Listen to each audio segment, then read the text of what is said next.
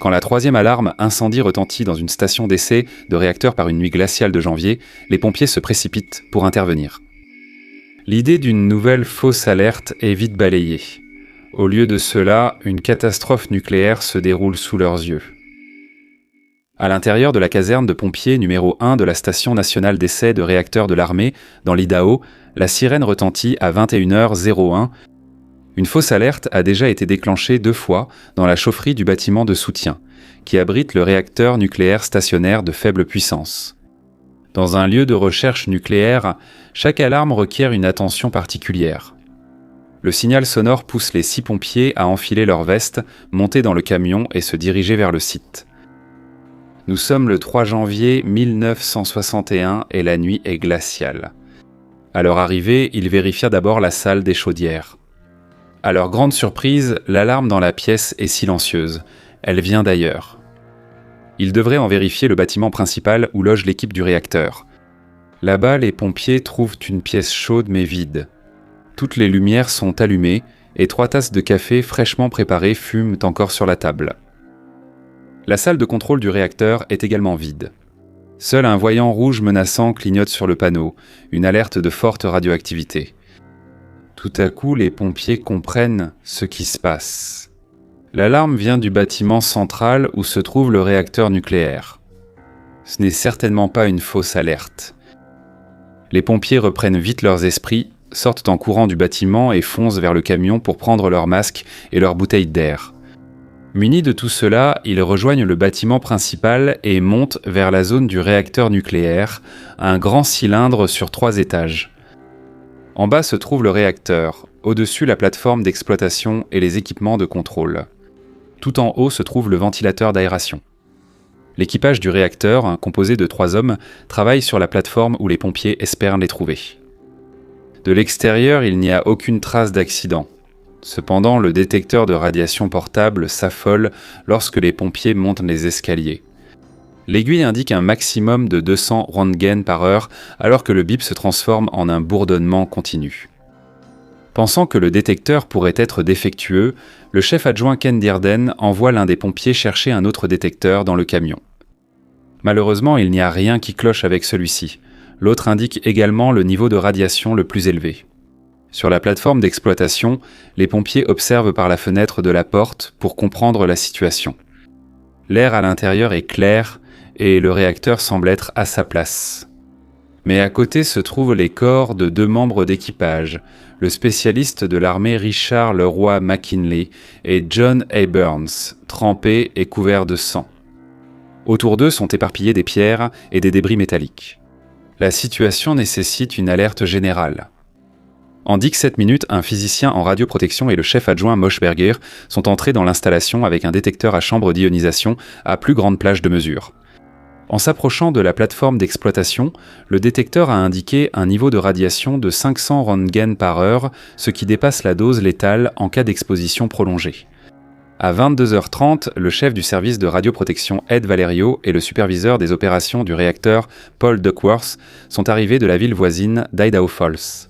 Rejoints par 3 physiciens en radioprotection, ils ont mis des appareils Scott et sont entrés dans le bâtiment du réacteur. À l'intérieur, l'un des membres de l'équipage, Richard Leroy McKinley, gémissait et montrait encore des signes de vie, même s'il était couvert de sang et dans un état assez grave. Valerio et Duckworth ont décidé de le sortir du bâtiment aussi vite que possible pour qu'il reçoive des soins médicaux. La sortie de secours bloquée, les 2 hommes ont transporté McKinley en haut, à travers le bâtiment principal. Malheureusement, pendant l'extraction, les masques à air de Valerio et Duckworth ont cessé de fonctionner, obligeant Valerio à retirer son masque et à respirer de l'air contaminé. Toute l'opération de sauvetage n'a duré que 3 minutes. Malheureusement, McKinley n'a jamais réussi à atteindre l'hôpital. Il est mort de ses blessures dans l'ambulance. Son autre collègue, John A. Burns, est mort sur la plateforme. Le mystère entourait le 3e membre de l'équipage, l'électricien de chantier de première classe Richard C. Legg de la Navy CB. Personne n'a pu le retrouver, mort ou vivant. Sa disparition était-elle liée à ce qui s'est passé au réacteur ? Pompiers et physiciens en radioprotection présents ont vite confirmé qu'un réacteur explosé avait causé la mort d'un membre d'équipage. Pendant ce temps, ils ont appris que l'explosion n'avait rien à voir avec le fait que Richard Legge était porté disparu. En fait, il n'était pas du tout porté disparu. Legge était également décédé dans l'accident, mais personne ne pouvait retrouver son corps puisqu'un morceau du réacteur l'avait empalé au plafond du bâtiment. Son corps est resté suspendu sans que personne ne le remarque. Cependant, ce qui intriguait les experts, c'était la cause d'une explosion aussi puissante. Contrairement à la croyance populaire, les réacteurs nucléaires ne sont pas des engins dangereux. Ils ne peuvent pas exploser d'eux-mêmes. Il existe une procédure stricte prescrite pour leur fonctionnement et un accident ne peut se produire que si on ne la suit pas. Alors que s'est-il passé avec le réacteur à la Station nationale d'essai de réacteurs de l'Idaho ? Le réacteur nucléaire en question était expérimental, connu sous le nom de réacteur stationnaire de faible puissance numéro 1 ou simplement SL1. Conçu comme un réacteur de taille moyenne, il produit 3 MW d'énergie thermique. Le SL1 faisait partie du programme de l'armée des États-Unis visant à équiper les stations radars dans les régions isolées de l'Arctique afin de leur fournir de l'électricité et du chauffage. Le contrat pour concevoir, construire et tester le prototype du réacteur a été attribué au Laboratoire national d'Argonne, qui était spécialisé dans la physique nucléaire non liée aux armes. Le prototype a été construit à la Station nationale d'essai de réacteurs dans l'Idaho et est devenu opérationnel le 24 octobre 1958. Il utilisait un combustible à uranium hautement enrichi à 93,20% pour son réacteur à eau bouillante de 3 MW. Il fonctionnait avec une circulation naturelle en utilisant de l'eau légère comme caloporteur et modérateur. Après des essais approfondis, l'installation a été remise à l'armée pour former son personnel. Le réacteur et la plupart des équipements étaient installés dans un grand bâtiment cylindrique, type silo, fait de plaques d'acier d'1/4 pouce d'épaisseur. Contrairement aux réacteurs situés près des zones urbaines, le SL1 ne possédait pas d'enceinte de confinement sous pression. Néanmoins, le bâtiment a pu contenir la plupart des particules radioactives libérées lors de l'explosion finale. Le SL1 a été conçu pour fonctionner et durer des décennies, même dans des conditions difficiles comme dans le cercle polaire arctique. Pourtant, il a explosé et a coûté la vie à 3 jeunes militaires. La cause de la catastrophe se trouvait à l'intérieur du réacteur. Chaque réacteur nucléaire est composé de barres de combustible et de barres de commande à l'intérieur d'une cuve en acier scellée remplie d'eau. Il utilise une réaction en chaîne de fission nucléaire pour générer de la chaleur.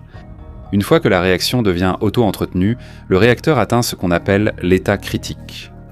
Dans ce processus, contrôler la réaction en chaîne nucléaire est essentiel. Les barres de commande servent à limiter la fission nucléaire dans le réacteur. Les barres de commande, entièrement insérées dans le réacteur, stoppent la fission. Cependant, si elles sont entièrement retirées, la réaction en chaîne nucléaire deviendra incontrôlable et provoquera la fusion du réacteur. Le réacteur nucléaire SL1 avait une capacité de 59 assemblages de combustible et de 9 barres de contrôle. Cependant, il utilisait seulement 40 éléments combustibles et une barre de contrôle. Les experts ont estimé qu'une telle configuration produirait plus d'énergie dans la zone centrale du réacteur. Les barres d'éléments combustibles du SL1 étaient recomposées de 52 millièmes de pouce d'un alliage uranium-aluminium recouvert d'une gaine en aluminium. Au total, le réacteur contenait 31 livres d'uranium-235, un isotope de l'uranium utilisé pour fabriquer la bombe atomique Little Boy larguée sur Hiroshima en 1945. La barre de contrôle cruciforme était faite de cadmium de 60 millièmes de pouce d'épaisseur, gainée d'aluminium. Étant la seule barre de contrôle active dans le réacteur, elle était essentielle au fonctionnement du réacteur. Cela s'est avéré être le cœur du problème et la principale cause de l'accident. Les 3 membres d'équipage étant décédés dans l'accident, il a été difficile de reconstituer les événements qui se sont déroulés dans le bâtiment du réacteur ce jour-là. L'enquête initiale a déterminé que la cuve du réacteur était détachée mais toujours dans son emplacement. Cependant, 4 bouchons de blindage conçus pour maintenir les barres de contrôle ont été éjectés et l'inspection de la barre de contrôle a montré qu'elle avait été extraite de son emplacement. Cela a donné aux enquêteurs une idée de la cause de l'accident. C'était le résultat d'une seule mauvaise manœuvre. Cette nuit-là, 3 membres d'équipage ont réalisé une maintenance de routine en reconnectant la barre de contrôle. En raison des vacances de Noël, le réacteur avait été arrêté pendant 11 jours et les opérateurs allaient en le remettre en service. La procédure exigeait que la barre de contrôle soit retirée manuellement du réacteur, connectée à son mécanisme d'entraînement, puis abaissée de nouveau dans le réacteur. C'était un processus étape par étape dans lequel les membres de l'équipage suivaient strictement les instructions du manuel d'exploitation. D'abord, l'un des membres de l'équipage, probablement John Burns, a extrait la barre de contrôle de 3 pouces du réacteur.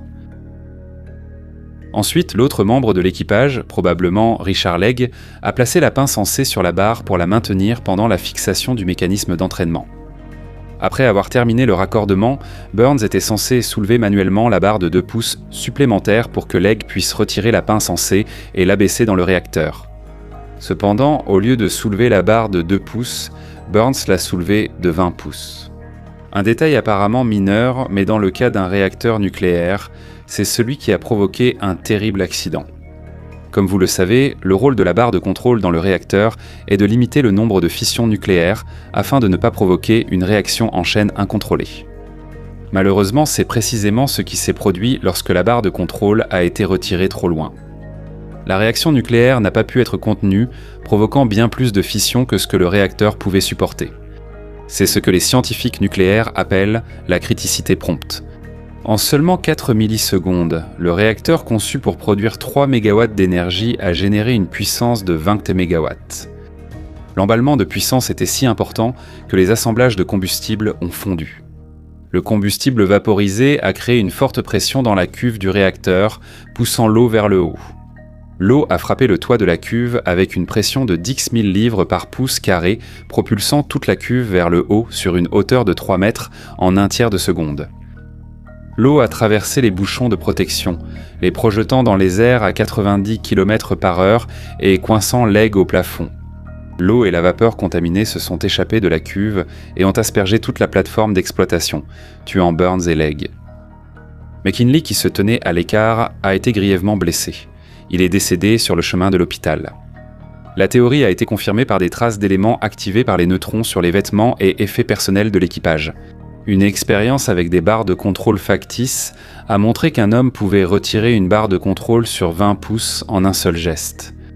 Mais l'équipage connaissait bien le réacteur et les risques d'une extraction excessive de la barre de contrôle. Alors pourquoi l'auraient-ils fait ? La cause est un dysfonctionnement de la barre de contrôle. Les rapports officiels indiquent que la barre de contrôle centrale était plus fiable que les autres. Cependant, il n'est pas mentionné qu'elle s'est quand même bloquée 7 fois au cours du mois précédant l'accident. De plus, la fréquence des problèmes liés aux barres de contrôle a augmenté avec le temps. Mais l'exploitant Combustion Engineering Incorporated n'a rien fait à ce sujet. Le responsable du projet, SL1WB Allred, s'est ensuite défendu lors des auditions au Congrès sur l'accident en affirmant qu'il n'était pas au courant de l'augmentation brutale des blocages de barres. Selon lui, s'il avait su, il aurait arrêté l'installation pour un examen plus approfondi. Ainsi, la raison de la catastrophe du 3 janvier 1961 est devenue claire. Quand Burns a tenté de lever la barre de contrôle de 5 cm, elle s'est coincée. Pour libérer la barre coincée, il a utilisé une force excessive et l'a accidentellement soulevée de 50 cm. Le gouvernement a minimisé les faits pour éviter de saper la confiance du public dans l'industrie nucléaire. L'accident a été présenté uniquement comme un incident mineur, sans répercussions graves. La Commission de l'énergie atomique a rapporté qu'aucun produit de fission n'a été détecté à l'intérieur de la clôture du périmètre du SL1, à l'exception de 0,1 curie de strontium 90 et de 0,5 de césium 137. Dans leur rapport, l'AEC n'a pas seulement omis de mentionner de nombreux autres radionucléides qui ont été émis, mais elle a également sous-estimé la quantité de fission produite cette nuit-là. Même avec les faibles rejets bruts en curie, l'accident du SL1 était grave. Lorsque la cuve a été examinée par la suite, environ 30% du combustible du cœur s'était évaporé. L'accident du réacteur nucléaire SL1 a entraîné la perte de 3 vies, la destruction de l'installation du réacteur nucléaire et l'abandon du programme de développement du réacteur SL1. En février 1963, l'armée l'a remplacé par le réacteur mobile à faible puissance, ML1. Cela a toutefois constitué une leçon précieuse. En conséquence, tous les réacteurs futurs ont été conçus en appliquant un critère d'une barre bloquée afin de garantir que le retrait d'une seule barre de contrôle n'entraînerait pas une réactivité excessive. Quant au réacteur nucléaire SL1, il a été entièrement démantelé. Des équipes d'ouvriers ont retiré la majeure partie des débris contaminés à l'aide de puissants aspirateurs et de ponts roulants. 26 000 livres de débris radioactifs, y compris la cuve du réacteur, ont été enterrés à proximité du site du réacteur. La profondeur des 3 fosses creusées à cet effet variait de 8 à 14 pieds. Les excavations ont été recouvertes d'au moins 2 pieds enfants de remblais propres.